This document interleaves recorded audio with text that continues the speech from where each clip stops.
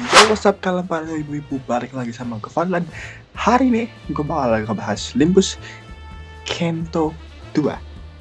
Mohon maaf, gue hari ini nggak pakai kamera karena gue recordnya nggak di rumah Ajam, tapi gue recordnya di rumah gue karena kamera gue kurang bagus buat jadi backdrop. So here it is. So let's jump into the story of Kento 2. So, apa yang terjadi di Kento 2? Basically nothing. Well, gue bercanda. Ada yang kejadian. Cuma maksud gue, buat Rhodia, because Kento 2 itu ada chapter Rhodian, gak banyak yang kejadian. Maksudnya gak kayak chapter 1, Kento 1 maksud gue. Yang banyak kayak dark, greedy, story-nya rich. Kento 2 itu lebih light-hearted, lebih fun buat dibaca karena nothing actually get done. Gak ada yang selesai. Masalah Rhodian itu belum selesai. Kalau Gregor itu basically kan kayak 50% selesai.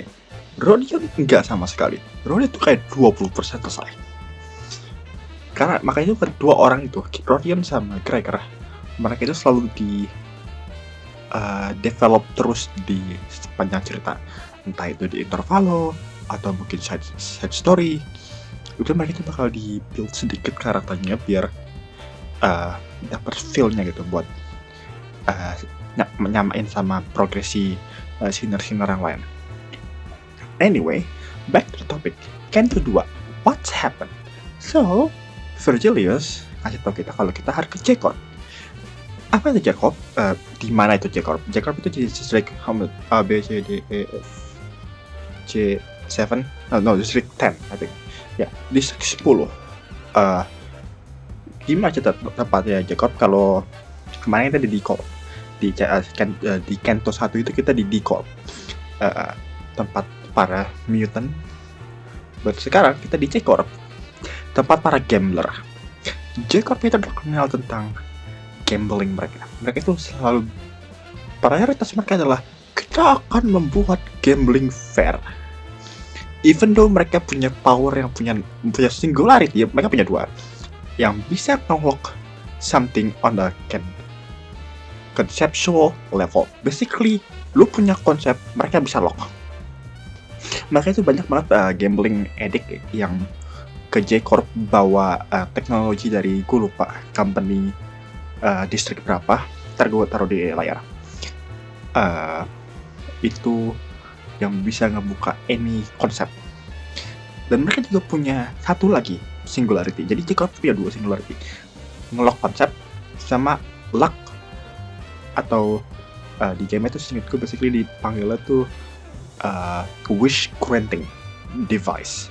Basically sebuah device yang bisa a wish, bisa ngegeran sebuah permohonan. Jadi Vergilius bilang, lo masuk ke J-Corp, ada di salah satu kasino mereka ada Golden Ball karena kasinonya dibangun di atas L-Corp. Yaudah, kita kesana, kita mau kesana. Tapi sebelum itu Vergilius bilang, lo harus datang ke sebuah pawn shop atau kayak toko lelang. Di sana lo bakal ketemu sama dua orang yang bakal ngebantu lo di perjalanan di misi ini. Kita kesana, kita chat sama toko itunya, everybody do their thing, mereka semua senat do goofy stuff, and abis itu kedua orang pembantu yang datang itu ada Effie sama Sot. Effie is cewek dan Effie is a guy, Sot is a girl. Iya, nama mereka emang agak aneh, kayak kembali gitu. Tapi anyway, mereka itu adalah LCCB.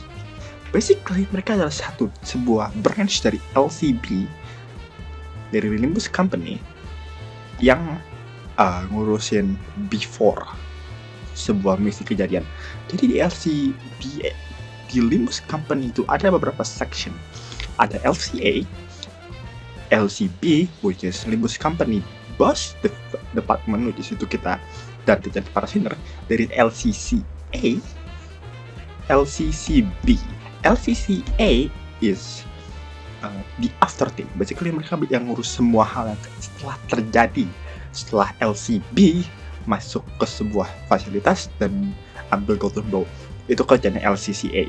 LCCB mereka ngurusin sebelum sebelum LCB masuk ke sebuah lokasi. Basically mereka nge-scout, mereka cari info dan kasih info kita. Itu cara kerjanya. Masih banyak lagi. Terus ada juga LCD. Itu nggak bakal gue bahas sekarang karena yang itu agak menarik. Sama LCA juga cukup menarik. Anyway, kita ketemu mereka, kita ngobrol soal plannya adalah kita bakal disguise ourselves, kita bakal berubah penampilan menjadi the Think Tank Gang, which is salah satu sindikat di Backstreet Jago. Cara gimana? Ya basically kita pakai Hawaiian shirt masuk dan pretend kita pretend supaya kita itu mereka.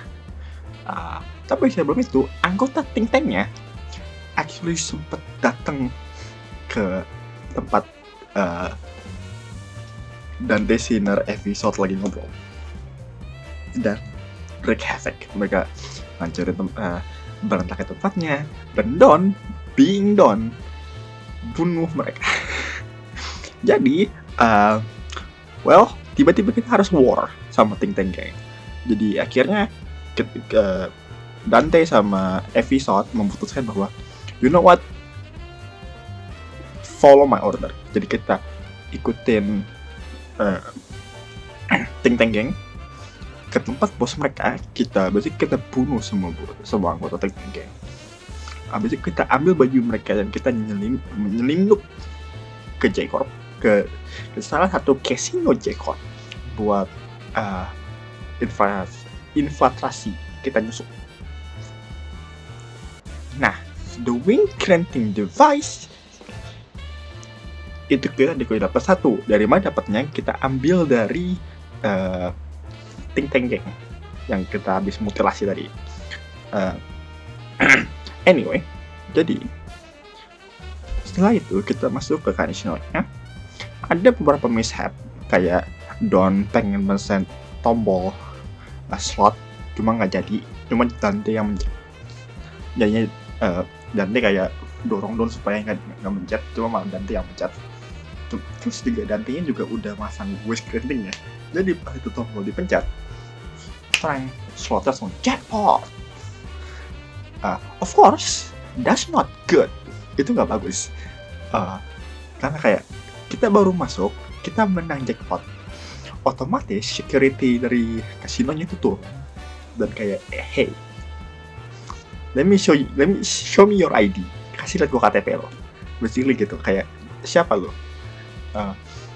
Kita of course nggak punya pilihan, kita berantem sama security Jacob, security kasino ya. Setelah kita berantem, jadi sekap ada beberapa hal yang lucu, kayak Ryoshu punya ide bagus. Dia ngeliat chandelier, lampu yang gede itu dipotong. Basically dia ngelempar, kayak dia ambil pisau anggota security Jackpot, dilempar ke chandeliernya, motong chandelier jatuh. Habis itu kayak semuanya itu kayak what just happened? Terus Dante bilang, terus sekarang apa? Itu buat apa? Yoshi bilang, dan kita lanjut berantem. Setelah kita berantem dan berhasil naik ke lantai 2, kita ketemu sama sindikat baru. Tadi kita ketemu Think Tank Gang.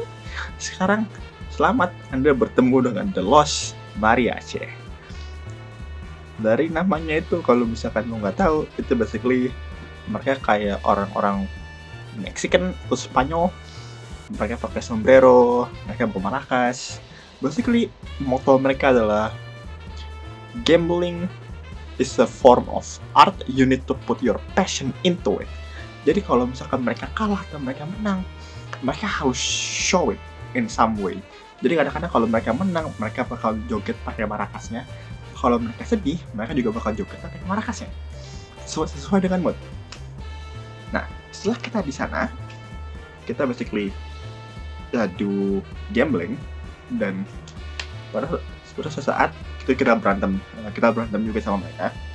Terus sampai suatu saat itu kita oke, let's do this, just stop and let's do this. Kalau misalkan lu bisa do one thing yang kita mau and actually bagus, kita biarin kalian lewat. Apa yang mereka mau?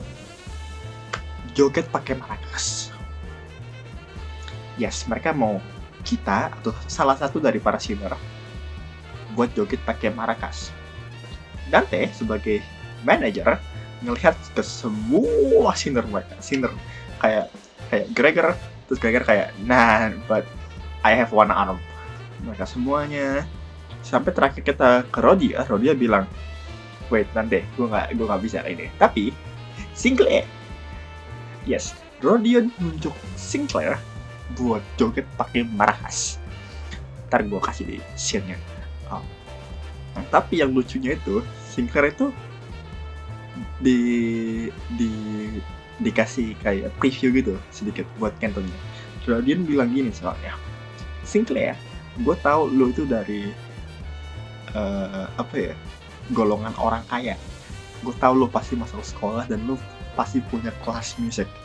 Kata Sinclair, lo kok bisa tahu? Kata Rodian, gue bisa nyembau orang kaya dari jauh. Jadi akhirnya Sinclair joget pakai maracasnya. Sekali lagi, ntar gue kasih video ya. Habis itu Los Maria sampai nangis dan kita bisa lewat. Ada beberapa CG yang lucu, ntar gue kasih lihat tenang. 손목의 스냅, 심취한 표정, 절제된 리듬, 완벽하다. 차분해. 하지만 그 차분함이 오히려 마음을 뒤흔든다. 이 소년, 뭔가를 읽고 있어. 승화. 내면에 억눌린 어두움과 아픔들을 몸짓을 통해서 극복해내려 하고 있는 거야. 오, 활활 타버린 재에서 남아있는 불씨. 그 불씨로 달궈지는 리듬, 그 리듬으로부터 표현되는 몸짓. 이건 마치 하룻밤 타오르고 남은 거대한 캠프파이어. 나 우리 조직에 들어올래? 장착하게 될 새싹이다. 그 아이는 우리 회사 소속이에요. 허가 없이 인재를 빼내오려 하는 행동은 심각한 위법 행위랍니다.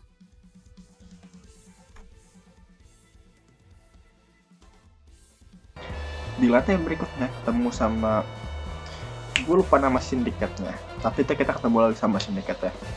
Basically mereka kayak orang sumo gitu, kayak gede, gendut, punya tato. Cuman cara mereka ngomong tuh vulgar. Jadi setiap apapun yang keluar dari mulut mereka itu vulgar banget sampai kayak lu nggak bisa comprehend. Sampai Ryoshu harus turun tangan. Jadi biasanya kata mereka, lu kalau mau lewat, lu harus coba ngomong kata vulgar, seberapa vulgar gitu, supaya lu bisa panggil. Ishmael yang notabene itu seorang pelaut, punya namanya Sailor Mouth.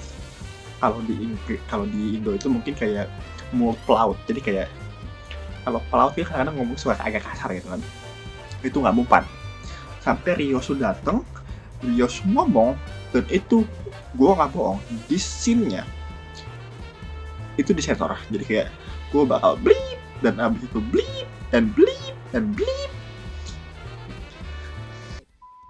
해서 를 한 다음에 를 해버린다. 그 다음엔 를 해서 에 담그는 거지. 마지막으로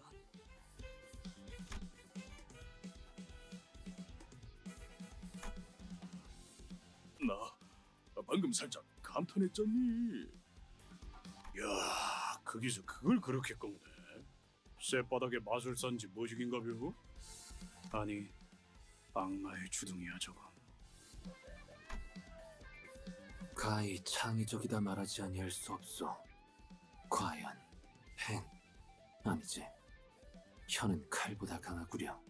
저도 뱃사람에 짬바가 있어서 험한 말엔 나름 익숙해졌다고 생각했는데 깨달았어요.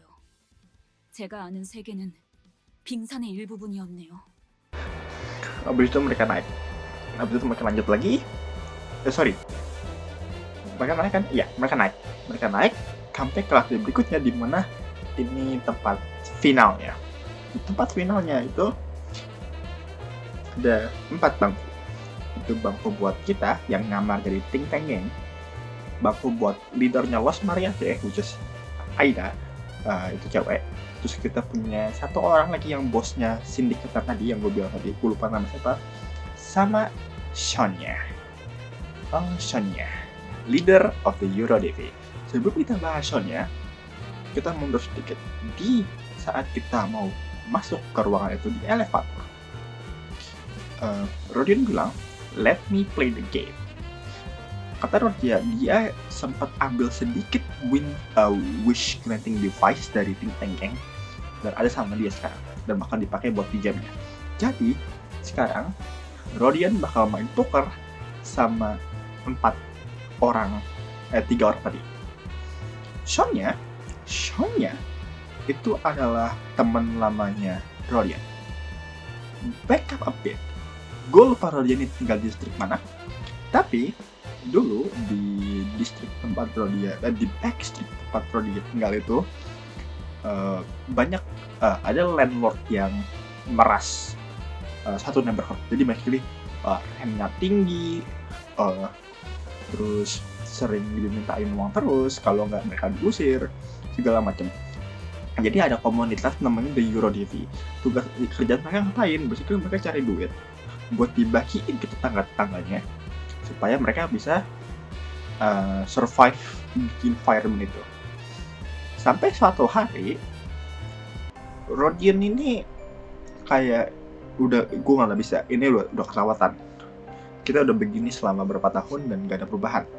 Jadi Rodion itu take into her own hand. Basically dia ketemu sama salah satu landlordnya dan dibunuh. But Rodion nggak tahu kalau landlordnya itu ada protection dari the middle. You know, sindikat yang dibilang kalau lu ganggu salah satu member mereka atau salah satu orang yang mereka protect, lu bakal dikejar sampai lu mati. Dan satu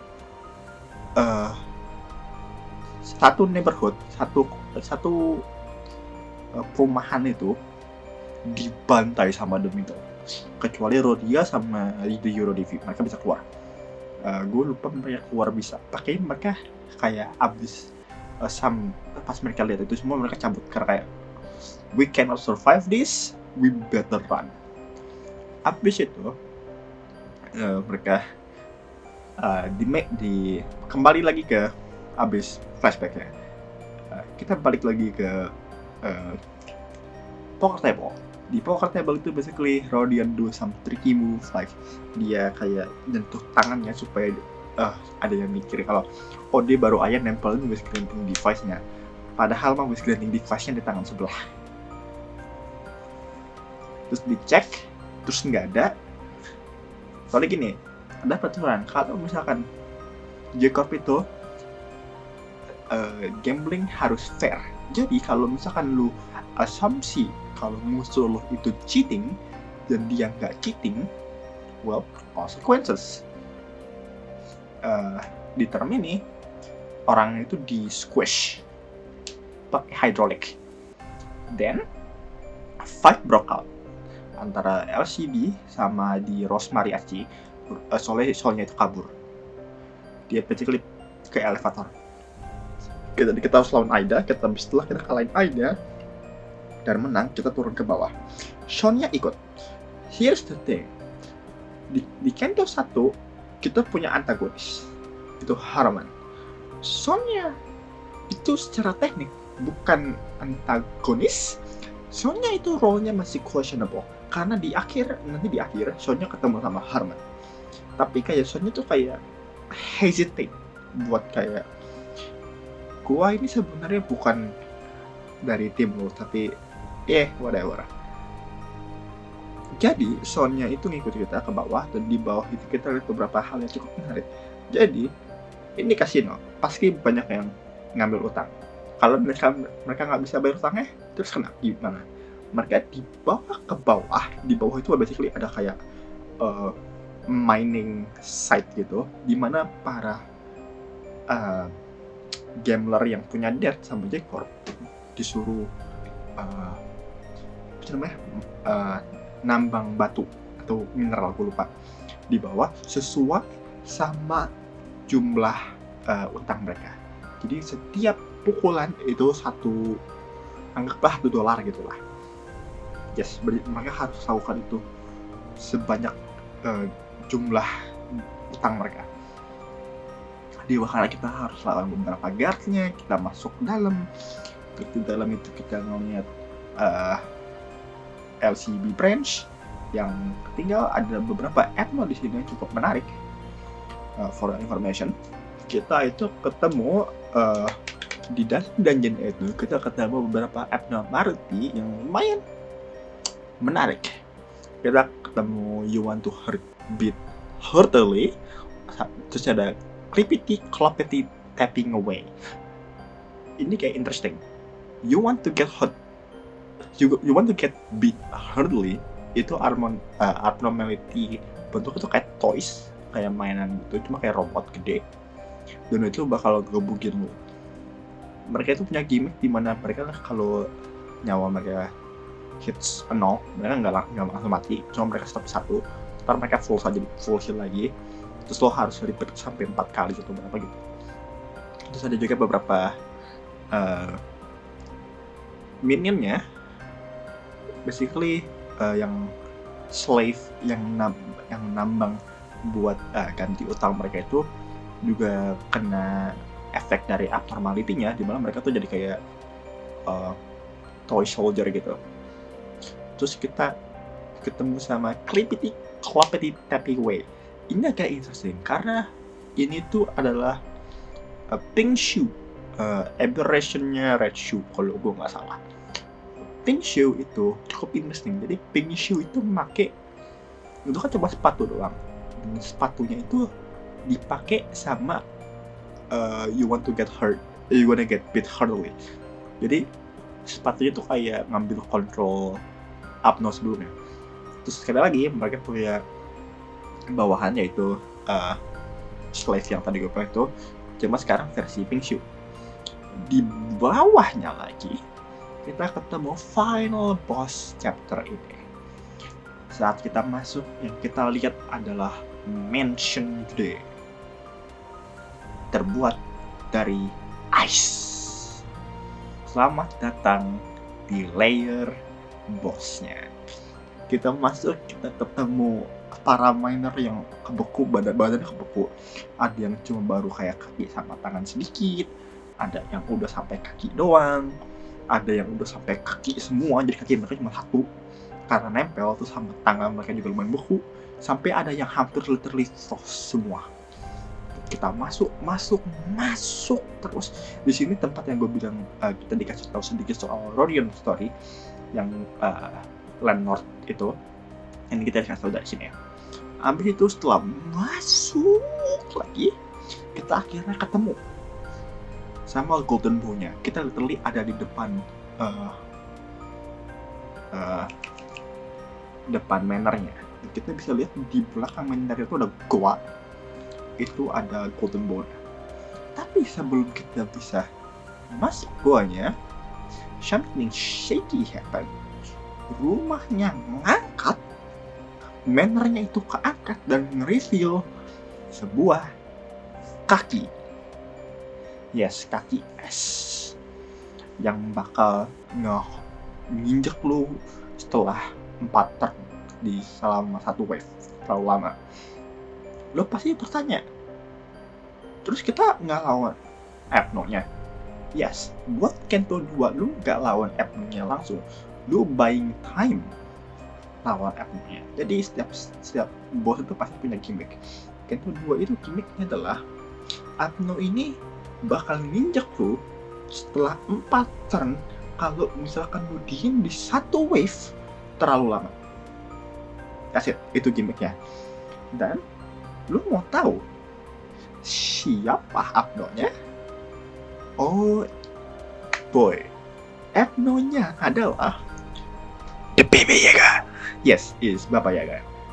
Baba Yaga di sini diperlihatkan dengan bentuk sebuah rumah yang punya kaki. Lu bisa search sendiri lore-nya Baba Yaga, dan lu pasti bakal bilang, iya, that makes sense. Kenapa di Olympus bentuknya begini? Jadi akhirnya kita harus ngebunuh beberapa miner yang udah beku, yang jadi dikontrol sama Baba Yaga, dan kita harus dari Baba Yaga sampai ke cave-nya. Setelah di cave, kita ambil golden bow-nya, itu tuh runtuh. Tempat layer Baba Yaganya tuh runtuh, dan kita harus kabur. Setelah kita kabur, Sonya yang pas kita mau ngambil bow-nya itu, Sonya yang megang, bilang, gue yang ngambil, ntar kita keluar, ntar gue kasih lu. Pas kita sampai ke tempat mau ke atas, ke layer-layer berikutnya, Sonya ngasih bow-nya ke Rodion, kayak bilang, nih, ambil itu, dia pergi. Here's the thing, Sonya baru kelihatan di chapter ini doang, dan nggak kelihatan lagi. Jadi ini nggak kayak satu orang yang bakal keluar chapter selanjutnya, dan atau Herman atau beberapa karakter lagi dari Encore yang bakal terus nongol. Sonya ini baru keluar di sini doang. Dan sepengetahuan gue dan seingat gue, ini satu-satunya mention Sonya dari Euro DV.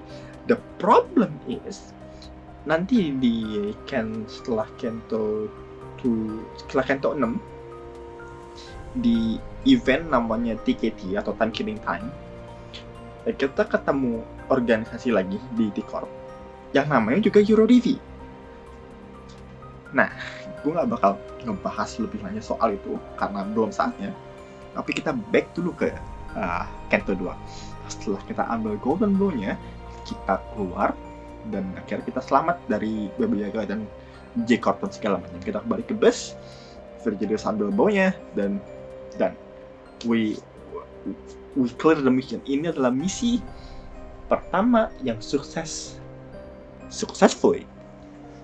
Jadi kita kayak semuanya pada capek, mereka ngobrol-ngobrol sedikit di bus, dan Virgilius bilang, actually finishing the job, good. Terus Rodion bilang, Virgilius, biasanya kita mampir ke kasino dulu nggak bentar? Ini bukan kasino yang ini. Virgilius tanya, why? Rodion, the genius she is, ngambil chip poker. Dia ngambil chip poker banyak banget. Jadi kata Rodion, here. Jadi basically mereka punya duit jajan sekarang. Jadi di chapter setelahnya, mereka tuh bisa beli makanan. Jadi basically Rodion rob a casino. Nice. Kalau misalkan tahu dia ngambil itu kapan, dia ngambil pas, kalau gua nggak salah, pas mesin jackpot di awal itu keluar. Jadi mesin slot yang nggak sengaja dipencet nanti keluar jackpot. Seingat gue itu di mana dia ngumpulin koinnya terus dimasukin ke kantongnya. Nah, itu aja buat Kento 2. Sebenarnya nggak banyak, sekali lagi gue bilang nggak banyak kejadian di Kento 2. Tapi ini bakal jadi sebuah motif yang bakal lo lihat di beberapa Kento selanjutnya soal Rodion dan Gregor. Gue bakal bahas Gregor sedikit juga buat ini. Gregor itu nggak mau jadi outcast, dia nggak mau sendirian, dia nggak mau ditinggal sama lain. Makanya itu dia orangnya tuh friendly, talkative, suka ngomong, suka bercanda, supaya dia tuh bisa dapetin trust dari banyak orang, dari teman-temannya atau dari para sinner. Makanya itu ntar di Kento setelah ini, Gregor itu mulai jadi kayak grup bisa apa ya, grup reasoning behind the group. Jadi kayak kalau misalkan ada masalah kayak wait, kayaknya kita harus thinking ini dulu deh, kayak terlalu risky atau gimana itu Gregor. Dia lebih jadi lebih talkative, lebih respon ke yang lain. Kalau misalkan someone mau do something stupid gara-gara ada situ kayak let's not think this through. It can be done in some other way. Rodion agak beda. Rodion itu dia want to be special. Sampai sekarang gue masih bingung maksudnya apa. Tapi dari apa yang gue tangkap dari setelah beberapa Kento yang lewat dari Kento 2, basically itu Rodin itu pengen jadi something yang special. Dia nggak mau jadi kayak orang normal di the backstreet atau the city. Dia pengen jadi something special. Itu kemauan dia. Makanya itu dia mau ikut LCB. Ini interesting menurut gue karena dari deskripsi yang gue bilang tadi, Rodin itu paling aneh. She want to be special. Dia tuh pengen jadi special.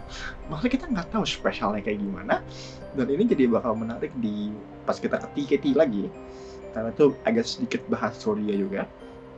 Jadi yes, ini sekali lagi Kento 2 nggak terlalu banyak soal Rodeo yang keluar. Nggak kayak Kento 1 jadi dark, heavy soal gara-gara. Kento 2 itu more light, lebih komedi soal beberapa stuff, walaupun yes ada beberapa tempat yang dark buat Rodion, tapi mostly itu light hearted. Jadi basically pas gamenya keluar itu cuma ada 3 Kento. Ada Kento 1, Kento 2, Kento 3. Basically Kento 1 itu buat nge-hook player, makanya dibikin sedark mungkin. Sedark mereka bisa mungkin tapi nggak terlalu overwhelm para pembaca. Terus Kento 2 masuk, kita turunin sedikit darknya. Kita bikin happy go lucky, build karakter. Nah, turun ke bawah tuh, turun ke bawah deh. Kento 2 itu turun ke bawah, mulai happy. Jadi nggak terlalu dark seperti Kento 1, jadi lebih ke yes, ini masih Kentonya Rodion, tapi lebih ke happy go lucky. Kita build karakter, kita bikin ada interaksi sini sana supaya semuanya itu dapat feel kalau karakter ini tuh begini, karakter itu begitu, sebelum mereka bisa naikin lagi di Kento 3 dimana itu Kentonya Sinclair. Karena Kentonya Sinclair itu adalah Kento paling bagus buat awal game cycle-nya, pas game ini belum punya update, masih cuma 3 chapter doang. Kento 3 itu dimana shit hit the fan. Tapi sebelum kita tutup video ini, ada beberapa hal yang mau gue jelasin dulu. Di akhir kredit Kento 2, kita ketemu sama Sonya yang lagi ngobrol sama Herman. Mereka ngomongin something kayak, kalau gue nggak salah tuh kayak Sonya bilang, Herman bilang, you gotta follow us, you know that right? Lu punya kontrak sama kita, or something like that. Jadi kayak mereka tuh punya kayak something in common, tapi Sonya itu kayak nggak mau join M-Corp atau something like that. Gue bisa salah, ntar mungkin gue bakal koreksi. Tapi itu yang seinget gue. Jadi kayak Sonya itu kayak dia bukan timnya Herman dan dia bukan tim satu lagi, tapi dia kayak go his way. Kemungkinan kita bakal ketemu Sonya lagi mungkin di pas kita udah pindah dari Purgatorio, bukan Purgatorio, dari Inferno ke Purgatorio. Karena kan kalau misalkan lu nggak tahu, konsepnya Limbah itu kita sekarang lagi di Inferno.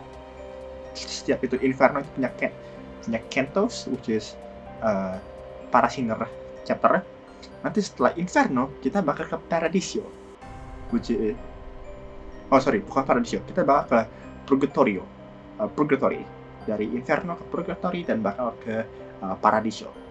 Dan itu berarti kita bakal kemungkinan 12.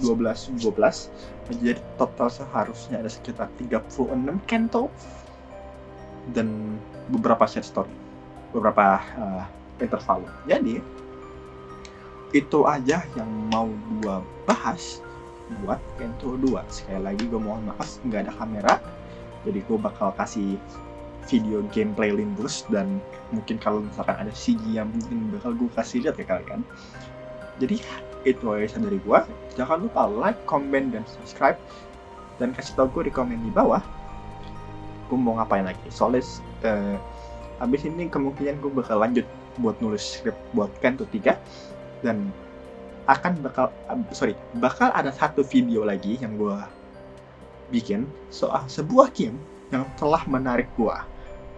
Kalau misalkan kalian udah ada di dunia gacha space, gue itu orangnya demen banget namanya card game.